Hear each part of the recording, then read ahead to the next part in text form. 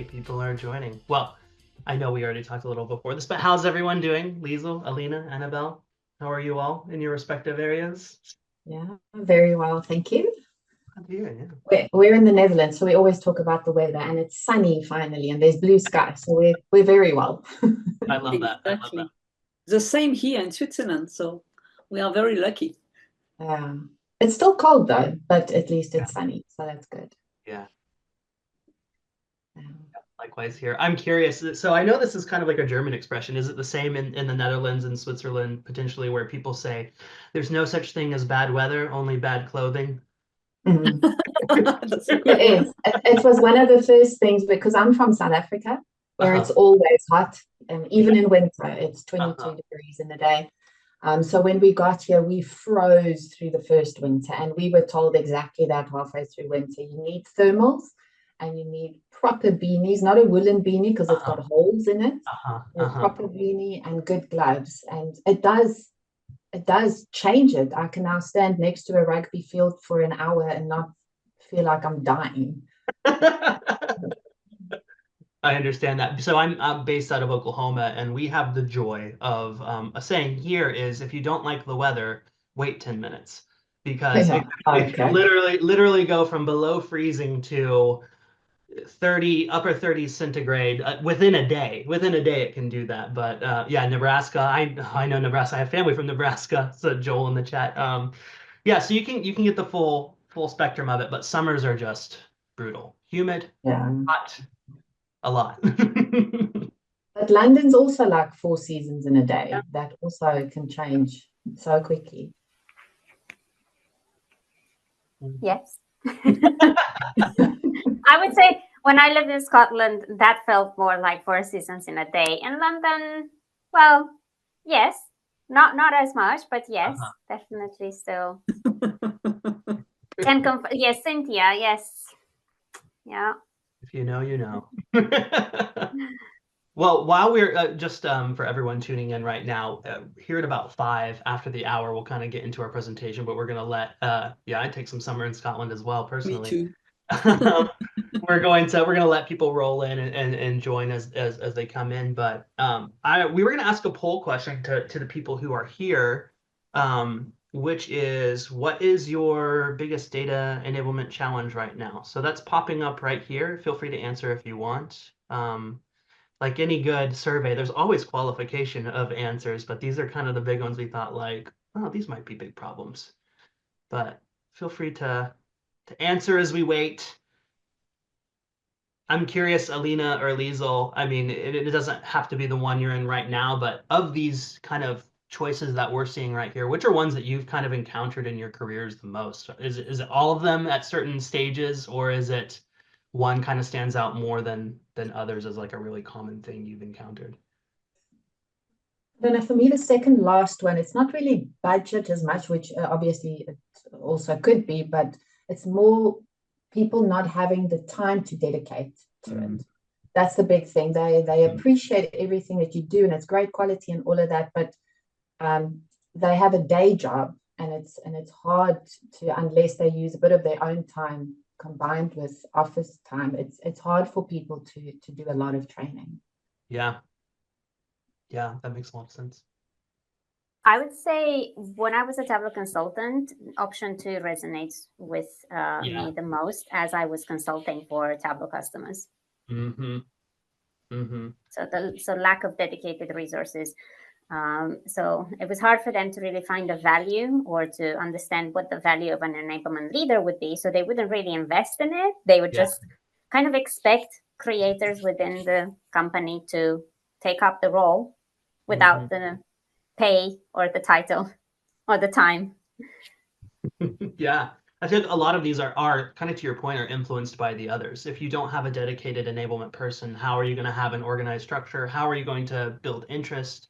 How are you going to communicate it? How are you going to prove the value of it? All those things. You can't do those things well unless you have someone whose job it is to do that. Yeah. And if you're not proving the value, how do you get your ELT to be interested and spend more money on it? So yeah, it's all interlinked. Mm-hmm. Mm-hmm. Well, we'll keep that up while we do introductions real quick. So we're right at 5 on the hour. So we'll just let that poll trickle in just a little bit for one more minute as we introduce ourselves, and then we'll kind of get into the actual content of this. But yeah, I'll start. I'm Garrett Sauls. I'm a content manager at InterWorks. I'm a marketing person. We're all data people. I should clarify with that. That's something I'm working through. I always say I'm not a data person. I'm not a data person, but I think everyone is if you drill down to it. We all use data in our day-to-day, but I'm with InterWorks. I'm based out of Oklahoma, and I've been doing data forum with Annabelle here for about 6 months now, which is crazy. So I'll kick it over to Annabelle to introduce herself. So. Yeah, also warm welcome from my side. My name is Annabelle Rincon, and I already have told I'm living in Switzerland. I have 20 years experience in banking, 15 years in data analytics, and 10 years leading teams of data analysts from different size and location. And like you can see, I love data. So in my last role, I was leading a center of enablement. Because I'm truly convinced that enablement is the key to success to a data analytic platform implementation or any digital transformation. And that's why we come up with Garrett about this webinar series about enablement. And today it's a great honor to receive Liezl and Alina. I had the chance, by the way, to see them on stage at Data Farm Europe, where they present a great talk about how tracking adoption and engagement is key to understand the impact of your Tableau implementation. And that's why I'm very, very happy to have them today. So Liezl is currently the Tableau community and enablement leader at Randstad, enabling Tableau users from over 39 countries. And Alina is currently the analytic lead at Randstad.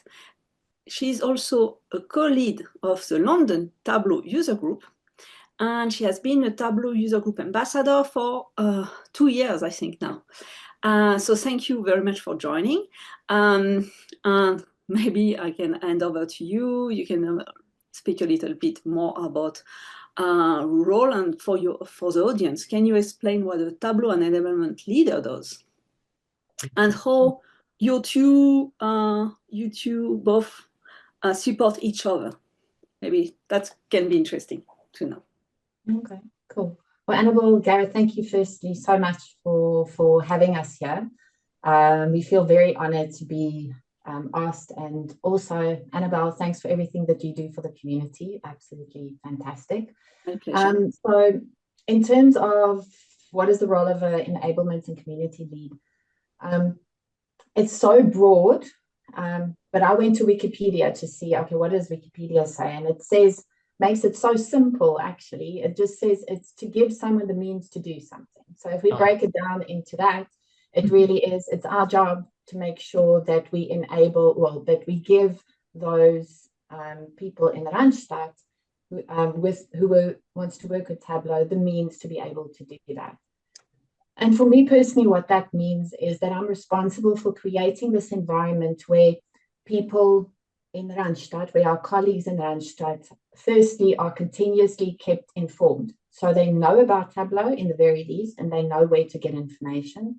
And then when they start using it, or when they have to use it, they then know that there are training courses and they can take part in these training courses.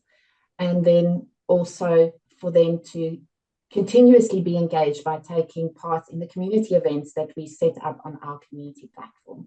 And definitely for me, a big part of it is to inspire people. We want them to be inspired by the training that they take part in and the content that we provide.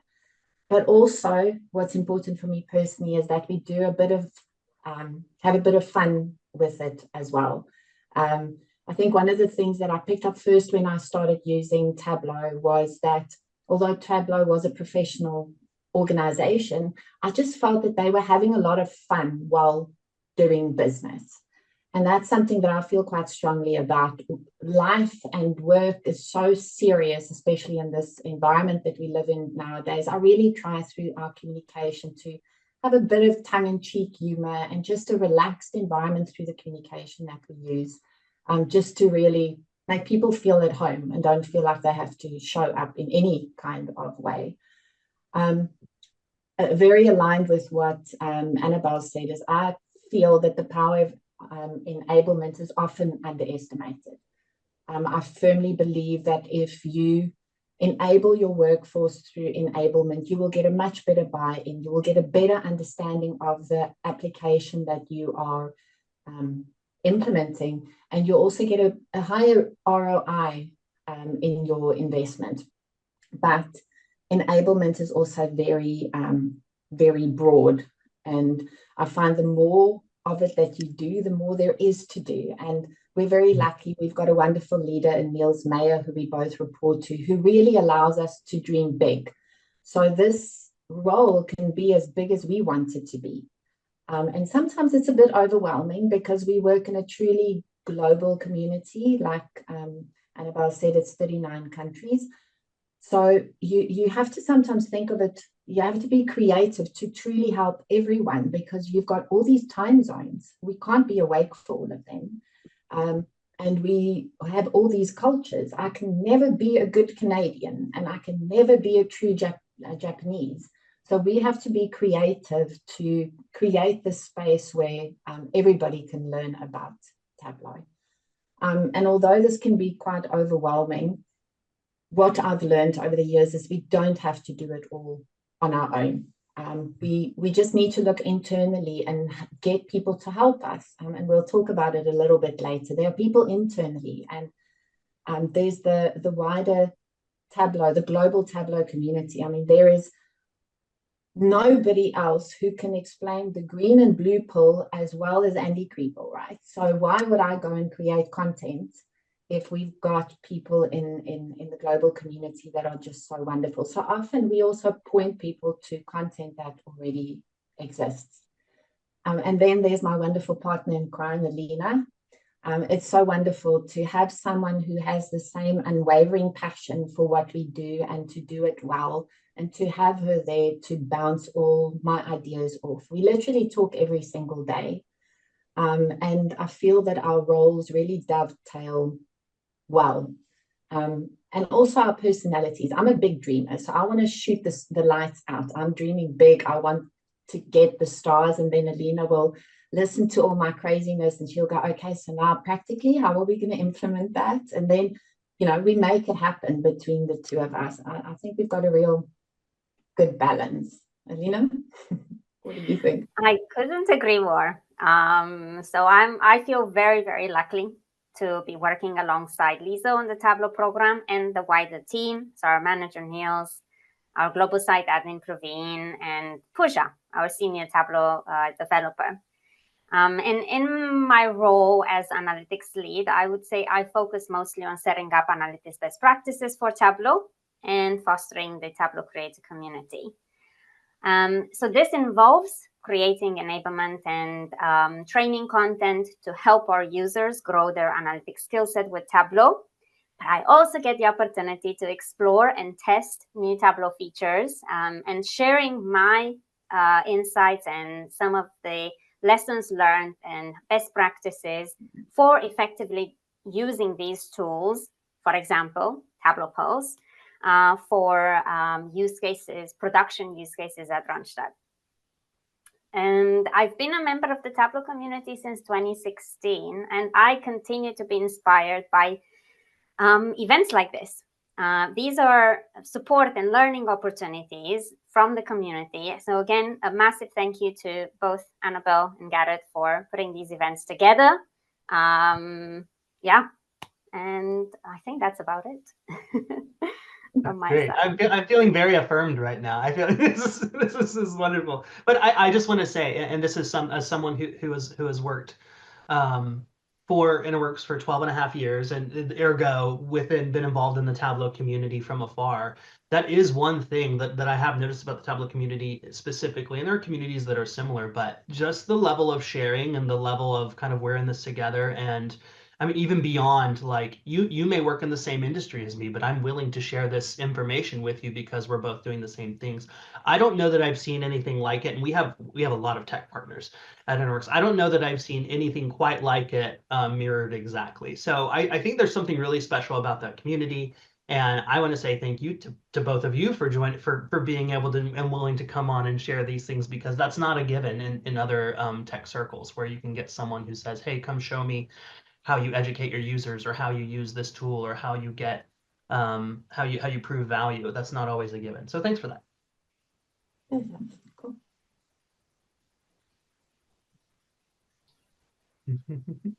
Cool. So I think yeah, I think let's show some slides. So I know Annabelle, you had met Alina and Liezl at DebtFM Europe. Is that what your first interaction with them? And I think you had maybe seen some of this material before. Yes, it was so excellent that I said that we need them Okay. for this podcast. Exactly. No, I don't.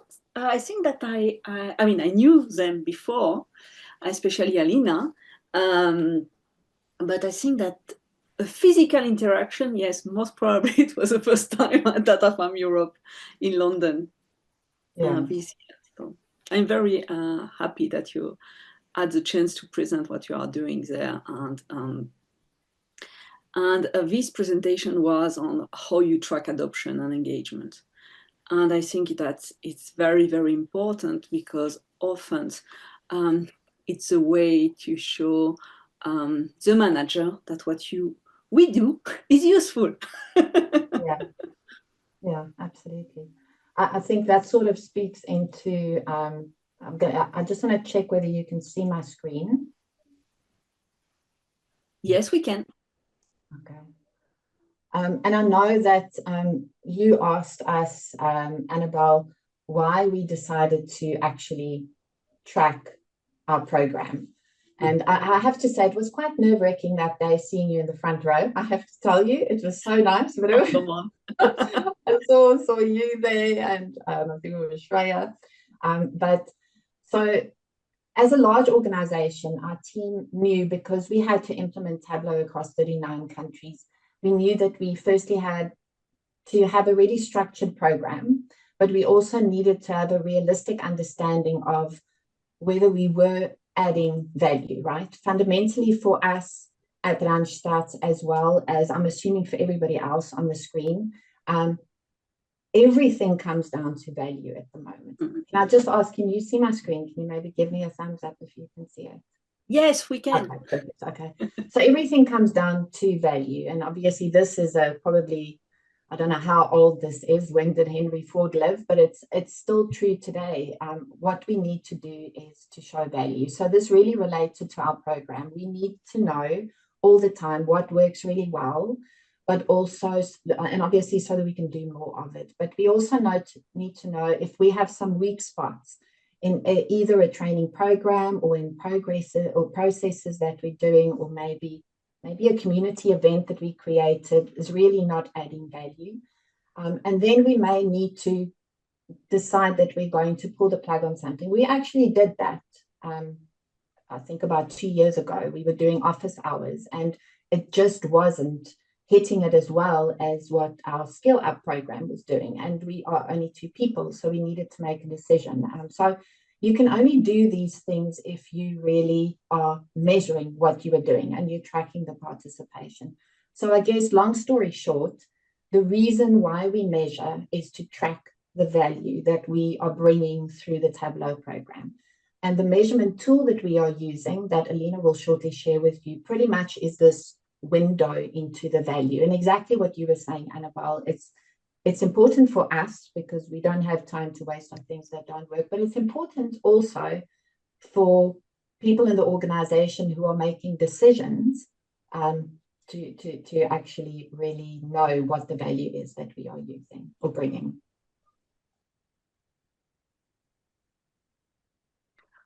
Are you sometimes like sometimes I even use like to threaten the users, like, okay, I have done this training, but if no one is joining, I'm stopping providing content, you know? Well, not exactly that, but similar in the sense of we've got a monthly training that we do 3 courses of. And Alina's very strict with this. I'm sometimes like, oh, let's squeeze it in, but if there are not 6 people or more, we're not doing it, because Yes. it's 7 hours of that week that we are giving out to spend with people. And if we don't fill it, then luckily we've got recordings for everything. So it's not that they're not getting it, they're just not getting us in person. And you actually have to do it, because when you're a small team, your time is precious. And Exactly. you have other things that you could then spend your time on. So yeah, we pulled office hours, but that wasn't a threat. But we definitely do, especially this year, we used to have, in the first part of the program, we had Tableau's professional services team helping us. And last year we had Simona and Bibi from Information Lab. We don't have that anymore. So we're looking at our time a lot more critical. But I think where we're lucky is, over the years, we've built such a strong base that now we actually can say, oh, but that's recorded, or that is available here. So it's helped that we now have created that base. That's really cool. Yeah, I love that. There's a saying that a friend of mine says all the time that says, you can do anything, but you can't do everything. And I think that's a really great general rule for anything that you do. And that seems to apply here, is that, well, you can't provide everything. You do have to focus, and you do have to pick a lane. And there is a real opportunity cost of if you're doing something that could prevent you from potentially doing something else that might be more valuable, that might be more worth your time, kind of in the case that you said of office hours. So I think that's really fascinating. I'm curious. I think that, this is one of the questions we were thinking about. Who specifically did you create this tool for? Was it for you all? Was it kind of a directive from above to say, hey, we're going to give you latitude, but prove the value? Was it just for your users? Was it a combination of all the above? Who prompted this? Or was it just kind of we want to do it because we want to do it? Oh, you are giving away the answers in the question, I would say. So ultimately, it is the Randstad leadership. And in particular, it was for the Randstad CIO. And Niels, our manager, who's the global head of data and analytics at Randstad, wanted this like one pager, which he can use in his conversations with the leadership to demonstrate the value of Tableau. So I would say Niels uses it most often, but then Liezl and I would check in every month or every quarter to see how we are doing as well. That's great. I think that's a valuable thing for sure, to kind of have that investment or that interest in what you're doing. And so with that, I mean, I'd love, Liezl, to hear more about the program. What did you measure? How did you measure it? So I can kick us off a little bit, and then we'll go into more details. So just before I answer the exact question, I wanted to position Randstad. From a Tableau implementation perspective, we mentioned that Randstad has a presence across 39 countries around the world. So out of a total of 26 possible sites, we have 21 active sites currently on Tableau Cloud. So we are a multi-site Tableau Cloud customer, and we started our implementation just over 4 years ago. And our aim, of course, is to roll out Tableau to as many of the 39 countries. And our user base is currently just over 10,000 users. Approximately 9,000 of those are viewers. But we have a total audience of about 30,000. So we do hope to, put Tableau in the hands of 30,000 users in the next few years. And so supporting 21 sites and 10,000 users is a challenge for the size of our team. So we really needed to prioritize our work and find those activities that would really deliver the value for stakeholders and for our Tableau community. So we worked with our Tableau customer success team to create a V2 MOM. And now for those of you who don't know, V2 MOM is a goal setting, let's say, framework that was created by Salesforce. And here you can see what it stands for: vision, values, methods, obstacles, and measures. And this is what helped us to translate our roadmap into tasks. And at the core of everything we do is our team's vision. And you can see that at the bottom of the screen, which is to inspire and empower everyone at Randstad to unlock the value potential in our data. And again, to provide a bit more context, our Tableau implementation is closely aligned with the Tableau blueprint. And if you're not familiar with Tableau blueprint, it's a guide from Tableau of how to become a data-driven organization. And so what we did in our team, each member of our team took responsibility for one or more topics within the Tableau blueprint. And for each of these topics, we defined our methods, our obstacles, our measurements of success. And to wrap it all up, the tool that really helps us to track the Tableau implementation at Randstad is a Tableau dashboard. So here is our Tableau dashboard. And this is really helping us to provide the consolidated view of how the Tableau Global Services team is performing against our objectives as outlined in the team's V2MOM.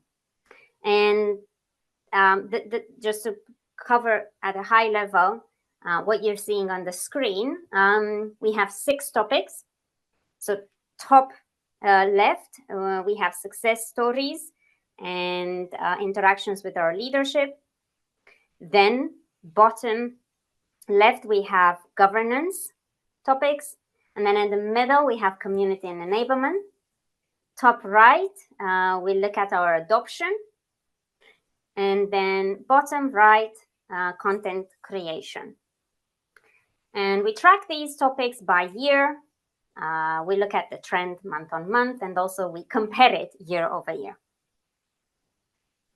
I love the dashboard design, by the way. I'm a big fan of anything that coincides really well with branding. And I also see the little, everything about it is great. It's nice little windows.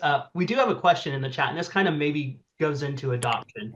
But Romy had asked, how do you define who an active user is? Whenever you're thinking about that. I know you had outlined that ambitious goal, like we're going to scale up to that larger audience. How do you determine, who's a very active user versus who might just be passive? Maybe they look at the dashboard, once a month or whatever it might be. I would say they're all active users. So anyone who's been active in the last 12 months would be counted in the numbers that you see on the screen. So there is a rule, yes, behind all of this, that you have to have some interaction on Tableau Cloud in the last 12 months.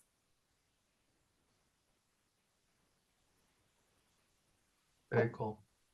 Garrett, I just wanted to add something.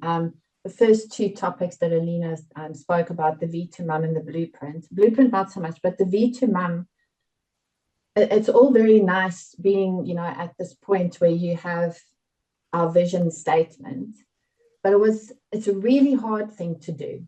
And you have some really hard conversations, and you don't do this in a day. We really had to lock ourselves in a room for 3 days and go in and out, and what we started with was not what we ended up with, but it was one of the most valuable things we've done.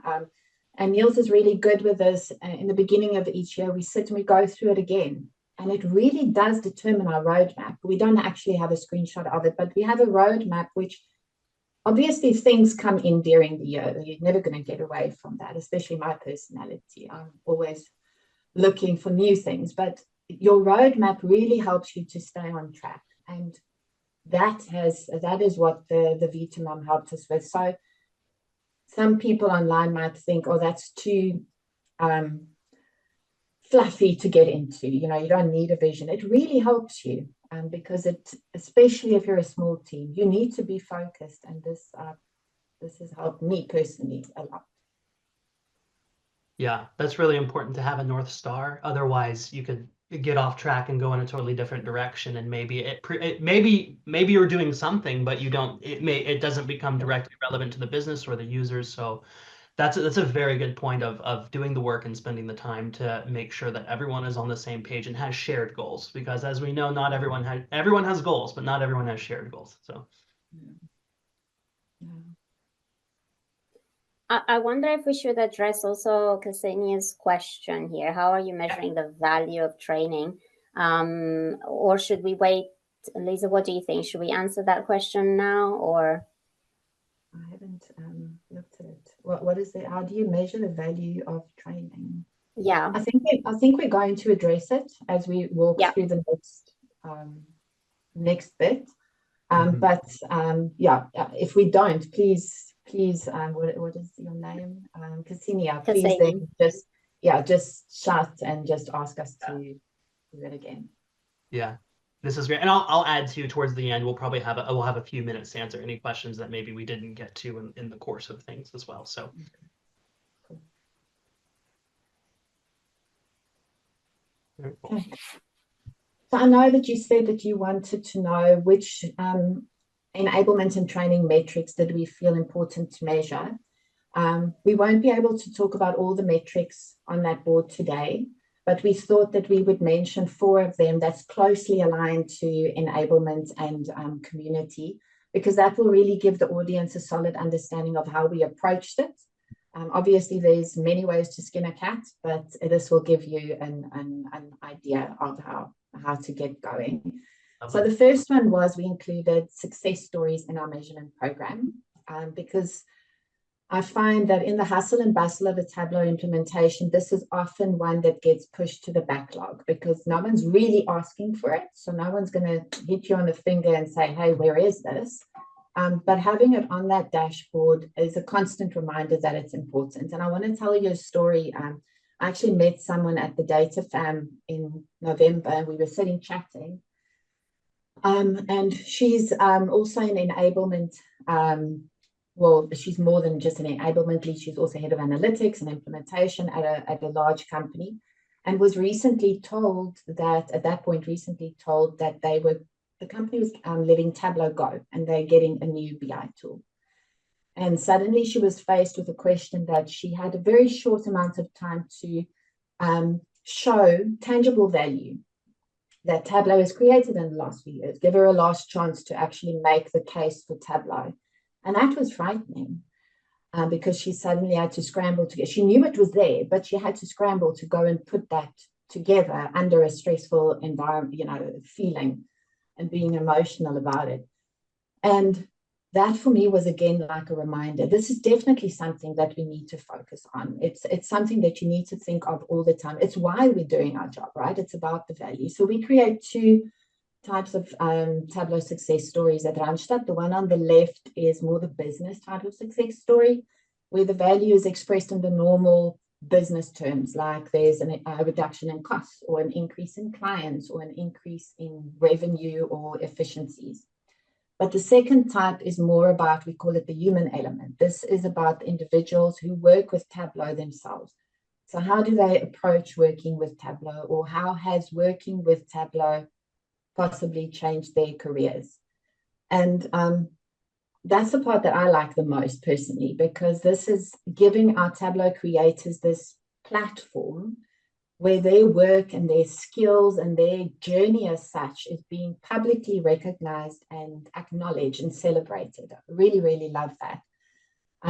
Success stories is also obviously there to show the value, but we also like that it creates a sense of curiosity because you're using storytelling, right? It's not a P&L statement where you're showing the value. You are telling a story, and people are more likely to join something if they feel emotionally drawn to it.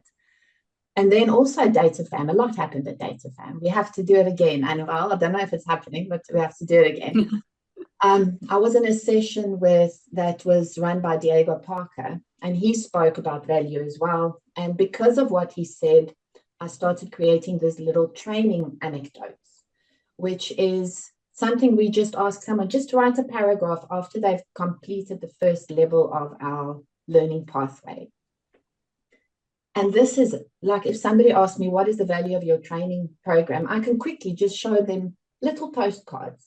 These, I can show you our annual survey as well, but these little postcards are, I think, invaluable because it's got a face on it and it's got their words, not our words. So this is also a type of success story. I guess you don't call it a success story, but for me, from a training perspective, I do see this as a success story. I love this human factor. I really love it. When I used to do this success story myself in my previous company, I always focus on the business part. But I really love that you focus on the human part. It's very, very important. And by the way, you have also Cynthia in the chat that give you a very beautiful testimonial of your program. Oh, lovely. I will let you read it later. Oh, okay, cool. Thanks, Cynthia. Cynthia's in Scotland, and she's also part of our program. So lovely to hear from her. Nice to have her on the call. So the next one is about community initiatives. So we're, like we said many times, our team is small. We're based in EMEA. I'm in the Netherlands. Alina's in London. But we have really big dreams of having tens and thousands of people on Tableau, helping to add value across all our time zones. But we realized obviously pretty early on that we need help with this because we do need to sleep from time to time. So out of this need, we created the Tableau Evangelist program. And this is where we headhunt passionate and competent Tableau users across the globe. We're really lucky to have 12 already, but I do want to stress the two words. So we don't send out a survey and say who wants to be a champion. And I know it might be different. Some companies do, but we really wanted people who are passionate, who you can see it. People come through your training program and they just grab onto Tableau and to what we are doing, and they are also competent. So the minimum requirement for a Tableau evangelist is to have done the first level of our learning pathway, because we want to be able to eventually put them into our data doctor sessions and to ask me anything, because we need help, right? So we need to have people who do know what they are doing. And this is just great because these people on the screen here, they come from the US, from Brazil, from the UK, well, from England, from Scotland, from India. Yeah, that's everywhere so far. And they drive Tableau deeper into their markets for us. And they have something that we'll never have. They speak the local language and they speak the local culture. And those things are so important when you are busy with enablement and with adoption. You have to get into, morph into the people's culture.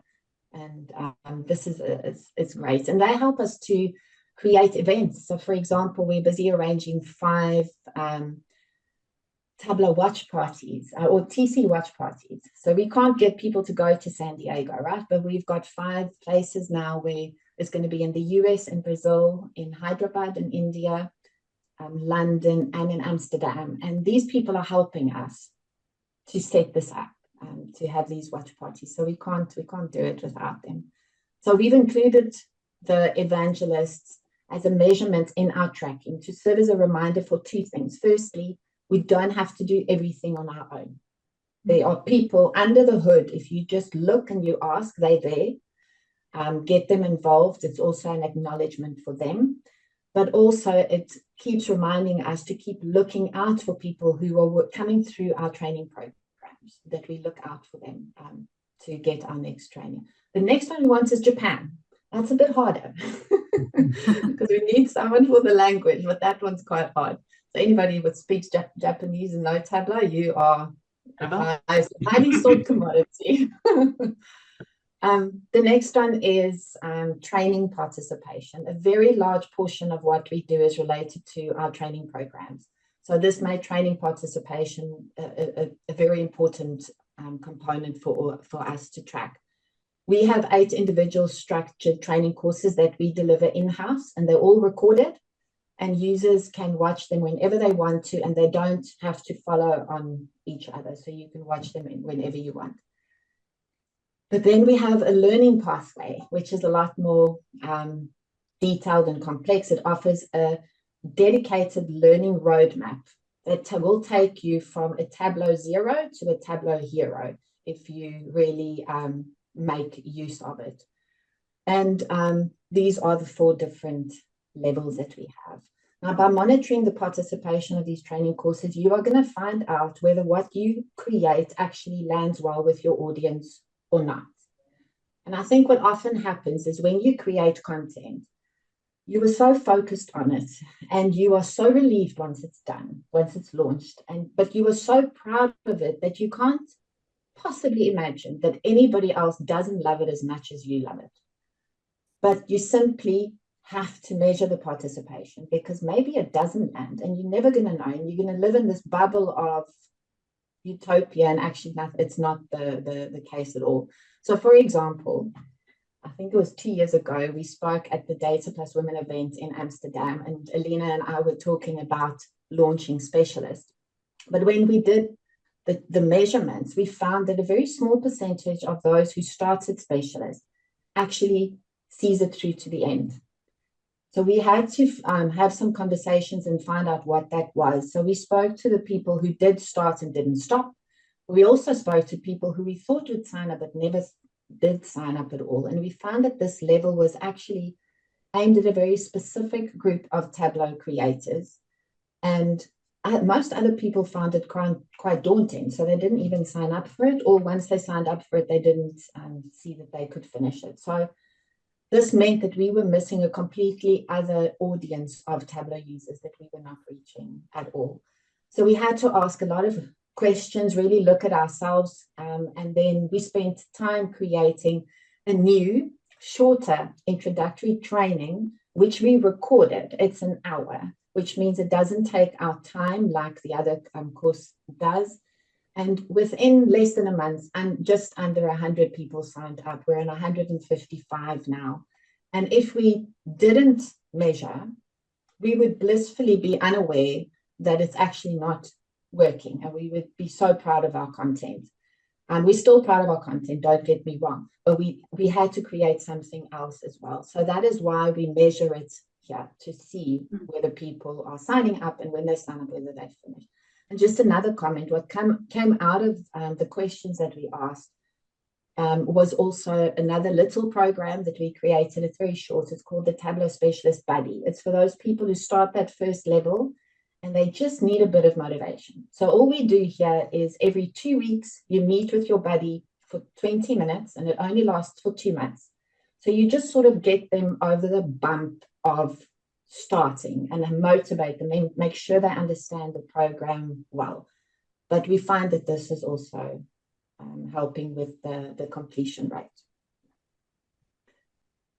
And then the last one is enablement engagement. So we've been lucky, like I said in the beginning, we've had people helping us as well. So we really have good content. After 3.5 years, can't believe it's 3.5 years, we have a lot that's live. It includes, for example, Data Doctor, this buddy program. We've got Skill Up, which is probably our most successful community initiative. It's a bit like Workout Wednesday. But what is the point if you have all of this and you don't know whether people are actually finding value in it? So I specifically wanted, for the enablement and training, I wanted a separate dashboard where we can look at the detail of the different well, not topics, the different events and initiatives that we have, because this allows us to see those spikes and troughs. And if we see a trough and we see it's over July and August, we're like, okay, no, that's fine. Nobody's here. It's Europe. Nobody's here. But if it's not, then we ask those questions and then take the appropriate action. But it's also, you can see here that it shows us which countries are most involved and which countries are not even on the map. It's not on the map. It's not even on the dashboard. And that then could mean that we need a Tableau evangelist in that country. And so all of these initiatives are so interconnected, but you will not see it if you don't actually measure it. As you can see here, here's July and August. It's a flat line, nothing happens, but that's okay. But when it goes down in March, then you're a little bit more worried, and then you start having those conversations. So those were the four that I wanted to highlight that I really personally, well, not I, all of us really enjoy seeing these on our dashboard. I love that. Someone had asked this question up in the chat. I think it's kind of relevant to what you had just asked. You know, when putting together these metrics, is it a combination of, well, we're tracking activity within Tableau Cloud as well as the manual signups someone might do for a training, or the manual signups someone might do for a program? And obviously the evangelists, you probably keep track of that, man. You know who they are, you know who is and isn't. How does that all come together in terms of tracking? Is it just Tableau Cloud plus some manual things, or are there other things that influence how you make these metrics as well? Yeah, it's definitely manual. Then there is Tableau Cloud, but then there's also, for example, SkillJar. We know when people are taking part in our e-learning, we know that they, because we've got the data from SkillJar. Alina, what else?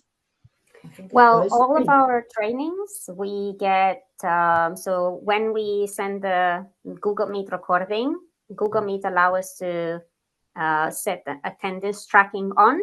So then if users join the meeting, then we have an automated list of those users that have participated. So that's how we track all of our live sessions, through the attendance tracking. Yeah, that's really helpful. Yeah. The one that's a bit of a gap, and I know there's a way, but we haven't done it yet, is because we can't be everywhere all the time. Every single thing is recorded. But we don't know if you've watched the recording. We can't get that data yet unless we put a QR code on each of these training courses, and we hope that people will scan that so that we know that they have done it. And I think we actually can do it now because of, I don't want to give away what Alina's going to talk about next, but pretty much people are going to want to scan that code, Alina. So I think it's time now we could possibly start doing that. Yeah, absolutely. So I guess just a segue to the next topic here. As a result of tracking our training and enablement program, we wanted, of course, to increase our users' engagement, which led to the creation of a gamification program. So we decided to look at what we did every day in a very deliberate way. So we decided, at all the data that we had really around the training and enablement program. So every day we have all of this content that is being created. And as you know, so we are a global company. All of our sessions are virtual. And so we were able to track the users' attendance through the attendance tracking. And with all of that, including all the manual tracking of other activities, or through Google Forms, so surveys, we created our Pedal to Progress gamification program. And just for a little bit of context, the bicycle is a key symbol for Randstad as a whole. So very high level here. Our gamification workbook has 4 dashboards, and on the screen now you see what we call, let's say, the individual user dashboard, and it is restricted to the data only for the user that is accessing the dashboard. So for example, I log in, I only see my data, my points earned so far. We have a second dashboard that allows users to see how they can earn points. Our third dashboard is a quarterly leaderboard, and is dedicated to our top 3 seats every quarter. And the person with the most points will get some Tableau swag and the data and analytics book. And then we also have an all-time Hall of Fame dashboard, which is honoring those in the community for, well, since the program has started. So yeah, we only launched this actually last year in October. So we are going to track, of course, how successful this initiative is in increasing our users' engagement. I love it. It's very Dutch. I like the bicycle. It's also in the Delft colors, right? Yeah. I love it. I really do. I think this goes into the fun element that you were talking about, though, right? I mean, you're providing something that's of very direct personal value, both to the user and to you all as the people who are tracking that enablement, but you're having fun with it. It's not just a dry, here's the number, you know? So I really Exactly. enjoy that. I want actually to share that this was based on a Tableau Public dashboard that Liezl found, and the moment we saw that dashboard on Tableau Public, and then the bicycle concept, we knew that we wanted to use that somehow. They just went together, blended together so well. So it was fun, but indeed also creative to create this dashboard. Yeah, definitely. And yeah. Alina, I heard the word book, and that reminds me that a little bird told me that you have an initiative about a book club. Can you share a little bit about that? I'll start. I was very excited to get this off the ground at the beginning. I think many people thought that it was a bit soft and cuddly for a big corporate, right, to start a book club. But the wish behind it was to grow our data literacy or fluency, whatever you want to call it, of all our Randstad employees, and really create an environment where anybody can join and no one will be bombarded with technical terms and be scared off by acronyms at all. So like a fireside chat. So whether you're having coffee in Atlanta or wine in Kuala Lumpur, you can just sit back and listen and get comfortable with data. And initially, the idea was to have our own Randstad community come and chat to us about books in the data and analytics field. And I'm just going to quickly go there. However, my mom taught me that if you don't ask, you don't get. So I started asking some authors in the Tableau community. And I was too scared to ask Steve Wexler. Alina's like, come on, you have to ask. And no one has said no yet. I mean, seriously, if you look at the next slide, this was like the last 2 years. I mean, it is so amazing. Everybody just says yes. And even though our audience for book club might not be that big yet, I can't wipe off the smile off my face when I'm talking about book club. And it's also great because our audience is not actually all the people from our Tableau community in Randstad that we're responsible for. We've got personal assistants and data engineers and business analysts. And this means that bit by bit, we are increasing the Tableau data literacy of everyone. Alina? Sorry, I was answering some questions in the chat. So book club, I would say from my perspective, I love book club because it allows me to talk about data outside of my day-to-day job. And this is such a great opportunity learn from the wider Tableau community. And I love seeing our users' engagement in the chat once we have a book club sessions wrapped up.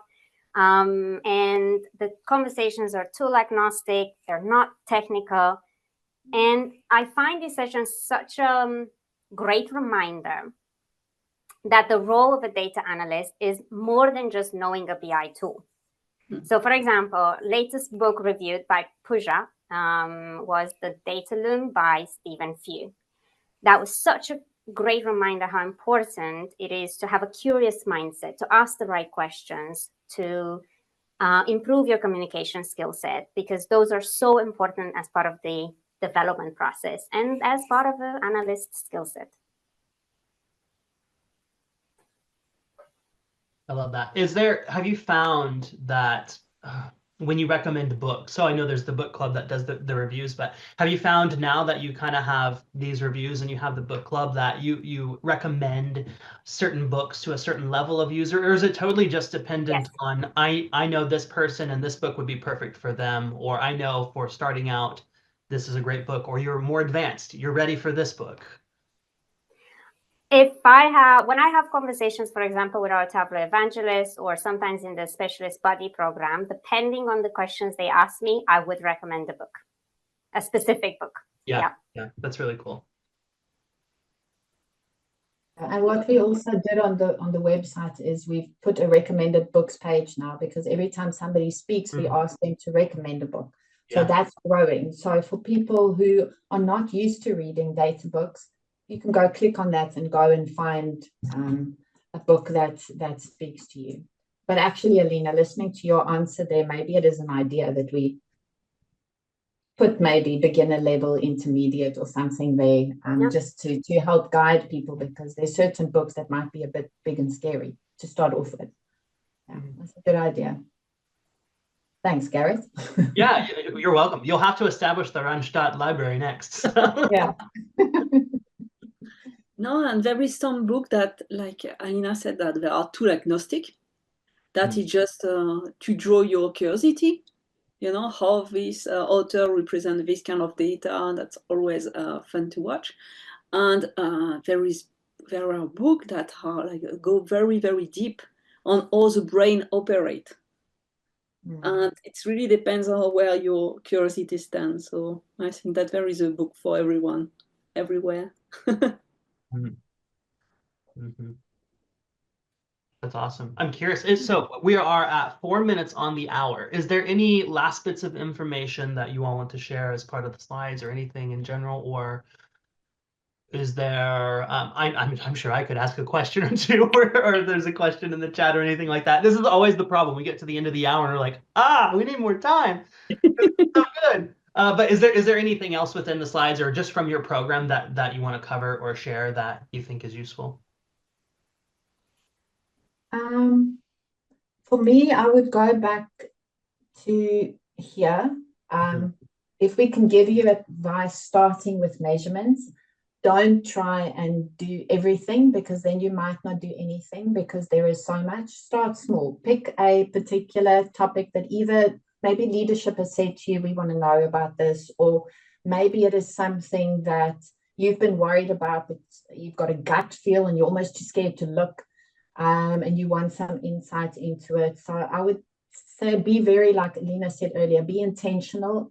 Pick that one thing, be intentional. Think of what is it that you want to measure. Go find the data, find the story that the data wants to tell you, and then don't even think of a fancy swancy dashboard. Just build one view. Just build it, look at the trends that you're seeing, and then act on it. I think this is one thing that I think that we've made lots of mistakes along the way, but where we've been good is when we ask questions, we really do something with it. So find that one thing and then act on it. And then once that one is done, then move on to the next one, because we've been lucky, we've had help. So we could address everything, but I would say start small would be the message that I would want to leave. Alina, you? Like, just reinforcing that. I've just bought a book. So one of my goals this year is to read more, and I bought a book called Atomic Habits. So I would say, I think this book is also about that. Start small. Like, do 5 minutes every day of something. So yeah. That actually makes me think of CJ Mays. Remember when we spoke to him, he had this thing. He wants to every day be, was it every week or month? I can't remember, but there was a period where he wants to be 1% better than yesterday.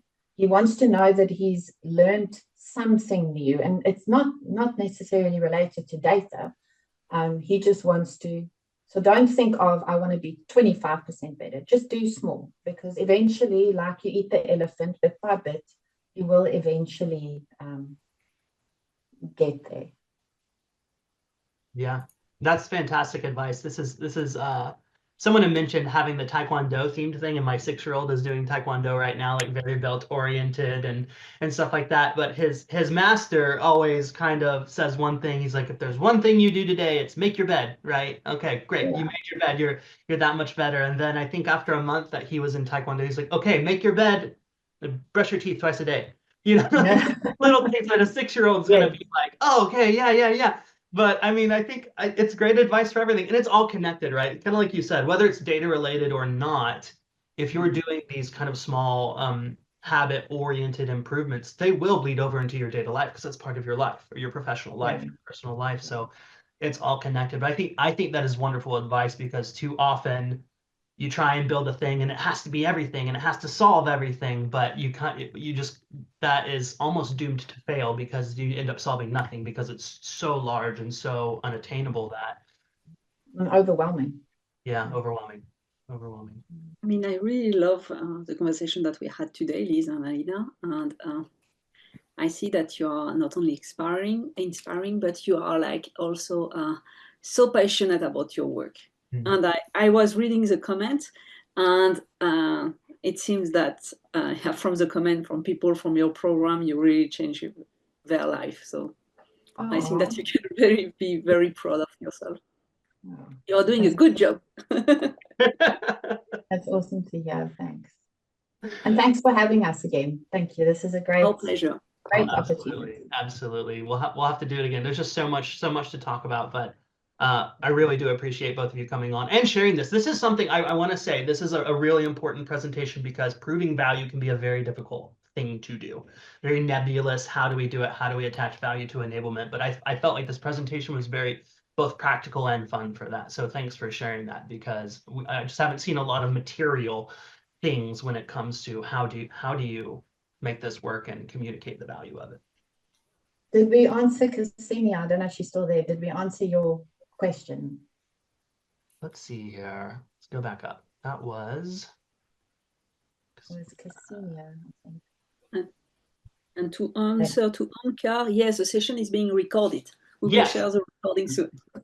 Yes, that's one last note of housekeeping. Yes, that once this is over, probably within the next day or two, you will get a link to the recording, as well as any other relevant links we want to add there. And I guess as a parting thing, Liezl and Alina, is there a best way people can, if they want to reach out to you or find out more about the things that you're involved in, community groups, anything like that? Is there anything you would point them towards? I think easiest for me personally is LinkedIn. Okay. Just connect with me on LinkedIn. Alina, your side? Same, but I would say I get quite a lot of requests for connecting on LinkedIn. So I would encourage you to drop me a message saying that I've heard you speak at this event, or can you please give me more details on, because otherwise I might not connect back. Yeah, makes sense. Love context. Well, great. Likewise with Annabelle and I, just reach out to us on LinkedIn. Again, we'll send the recording out here. But Liezl, Alina, thanks so much for joining again, and have a great, for you all, have a great evening. Yeah, thank you. Have a good day. Thanks everyone. Bye everyone. Bye.